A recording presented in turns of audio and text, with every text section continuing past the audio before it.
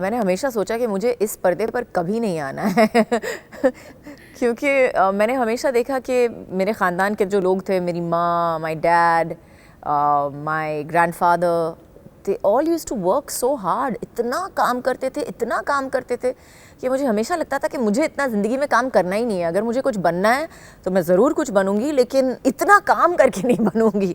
शायद थोड़ा सा आसानी से I wanted a daily paycheck, I wanted a monthly paycheck के महीने के एंड में एक एक लमसम मिल जाए तो 9 to 6 होना चाहिए, उससे ज़्यादा नहीं होना चाहिए। तो that was my whole plan for my life. जब मुझे पता चला कि वो इंडस्ट्री में आ रही है तो वो खुद ही मतलब समझ नहीं पा रही क्या हो रहा है। It was happening too quick. और बेखुदी का जब मुहूर्त शॉट था तो मैं गई थी उनके साथ, and that whole bonding was something when she put her makeup on and she was ready and she looked like a star. सफ़र शुरू कैसे हुआ? एक्चुअली उल्टा हुआ, क्योंकि मैं किसी और के साथ गई थी। I had gone with my cousin जो हमारे साथ रहती थी उस वक्त, उसका नाम था मयूरी, और उसको अपना पोर्टफोलियो करवाना था। तो मैं उसको गई मतलब हौसला देने के लिए कि डोंट वरी, मैं हूँ तेरे साथ, हम लोग साथ में जाएंगे, मैं तेरा हाथ पकड़ूंगी, मैं तेरे को I give you some company और ये सब देने के लिए। तो मैं वहाँ पहुँची तो उसका मेकअप हो गया और उसका फ़ोटो सेशन चल रहा था। तो मिकी आस्मी चल तेरा भी मेकअप कर लेता हूँ और देखते हैं क्या होता है उसके बाद। When Gautam and I saw her, we both felt that there is a certain एक कुछ बात है इस लड़की में, तो इसका भी पोर्टफोलियो होना चाहिए। So we asked Kajol कि why don't you also get your pictures clicked? And she said, but I'm not interested. And then we spoke to Tanu. And Tanu said, yeah, if you all think she should, then you can give it a try. If she wants to, she can try it. So we somehow just about convinced her कि चलो तुम्हारे भी कुछ photo खींचते हैं। And बस वो एक दिन ऐसा था जहाँ पे उसके कुछ 1-2 फोटोज़ खींचे और then the rest is history.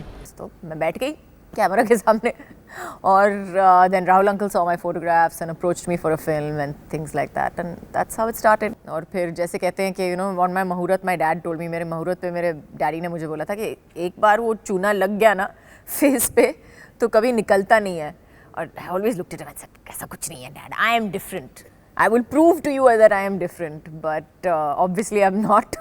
I'm still here 25 years later. अभी भी है, आईब्रोज तो उसके वैसे ही हैं और उसकी क्रेडिट मैं लेना चाहूँगा, क्योंकि जब हमने उसका पोर्टफोलियो शूट किया उस वक्त गौतम ने कहा कि मिक्की इसका बीच का जो ब्राउ है उसको निकाल दो, जो यूनी ब्राउ है वो अच्छा नहीं है। मैंने कहा ये उसकी एक इंडिविजुअलिटी है जो हमको पकड़ के चलनी चाहिए। और as it is Kajol used to hate the idea of doing anything that would make her look better. I mean, उन दिनों उसको पकड़ के बिठाना एक जगह और 1-1.5 घंटा मांगना उससे कि भैया मेकअप करने दो, बाल बनाने दो, कॉस्ट्यूम अच्छे से पहनो, that used to be not her priority. मेरे को तो लड़की ऐसी अच्छी लगी थी उसमें जो एक एक्सुबरेंट सा, जो ओपन थी, बात करने का तरीका था। तो मैंने फिर अगले दिन जाके तनुजा से बात की। मैं जब भी मम्मी के सेट पे जाती थी मैं इतना बोर हो जाती थी कि तुम लोग बैठे ही रहते हो, तुम लोग कोई काम ही नहीं करते, बस ऐसे ही ऐਵੇਂ ही बैठे हैं सब लोग। और जब चुप रहना है तो मतलब बच्चों को तो पता है ना सेट पे क्या हो जाता है, चुप रहो, आवाज़ मत करो, दिखाई देने चाहिए, सुनाई नहीं देने चाहिए। So I used to find it very boring and too much of this, the hours were just too long. और मैं जब भी अपनी माँ को देखती थी तो जैसे मेरी माँ कहती है कि कितने 12 साल हो गए बीच में मैंने सिर्फ अपने बच्चों को सोते हुए देखा है और सोते हुए बढ़ते हुए देखा है। तो my mother used to work like that and I always thought that मैं जब बड़ी हो जाऊँगी और मैं जो भी बनना चाहूँगी ये तो नहीं करना है मुझे। नूतन और तनुजा ने अपनी माँ शोभना समर्थ की अभिनय की विरासत को उसी तरह आगे बढ़ाया जिस तरह शोभना समर्थ यानी काजोल की नानी ने अपनी माँ रतन बाई के नक्शे कदम पर चलते हुए अभिनय को अपनी जिंदगी का मकसद बनाया था। दरअसल काजोल की परनानी रतन बाई 1940 के दशक में हिंदी सिनेमा की एक मशहूर अभिनेत्री रही हैं। उनकी बेटी शोभना समर्थ ने भी अपनी माँ की तरह ही फिल्मों में अभिनय किया। शोभना समर्थ बॉलीवुड के इतिहास में ऐसी पहली अभिनेत्री के तौर पर भी दर्ज हैं जिन्होंने फिल्म में पहली बार बिकिनी पहनकर उस जमाने में फिल्मी पर्दे पर सनसनी मचा दी थी। ये क्या इनहेरेंट था? काजोल हमेशा एक एक्ट्रेस के नाम से जानी जाती है आज भी, तो ये आप इसका श्रेय आप किसे देते हैं?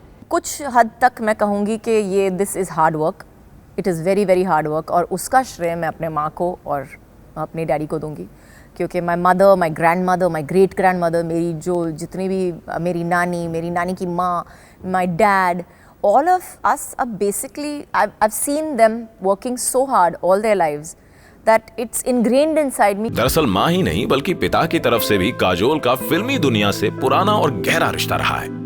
काजोल के दादा शशिधर मुखर्जी मुंबई फिल्मी दुनिया के मशहूर फिल्मालय स्टूडियो के फाउंडर रहे हैं। शशिधर मुखर्जी की शादी ब्लैक एंड व्हाइट सिनेमा के सुपरस्टार दादा मुनि यानी अशोक कुमार की बहन सती रानी गांगुली के साथ हुई थी। काजोल के दादा के 5 बेटे हुए, रोनो मुखर्जी, जॉय मुखर्जी, देव मुखर्जी, शुबीर मुखर्जी और शोमो मुखर्जी।